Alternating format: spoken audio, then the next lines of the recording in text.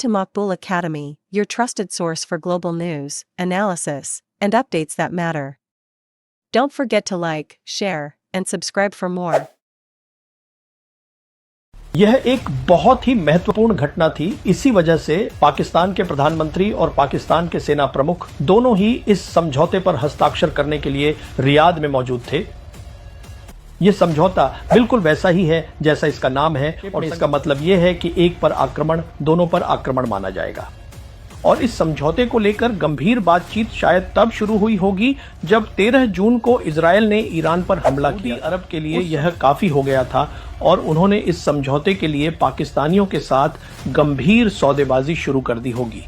अगर पाकिस्तानी सऊदी अरब को इजराइल के खिलाफ पारंपरिक युद्ध के लिए प्रतिरोधक क्षमता प्रदान कर सकते हैं तो ट्रंप इससे नाखुश नहीं हो सकते, क्योंकि वे क्षेत्र में किसी भी तरह की बढ़ोतरी नहीं चाहते।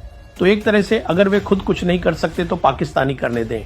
कि यह समझौता या जो कुछ भी हुआ है वह मुख्य रूप से पाकिस्तान के प्रदर्शन के कारण संभव हो पाया है। ऑपरेशन सिंदूर में देखा कि रियाद में जो समझौता साइन हो रहा था वह असल में पाकिस्तान की पारंपरिक युद्ध क्षमताओं के बारे में था। जनरल किदवई ने पाकिस्तान के परमाणु हथियारों का कोई उल्लेख नहीं किया, बल्कि उन्होंने कहा कि आर्मी रॉकेट फोर्स कमांड की स्थापना परमाणु सीमा स्तर को बढ़ाएगी, न कि उसे कम करेगी।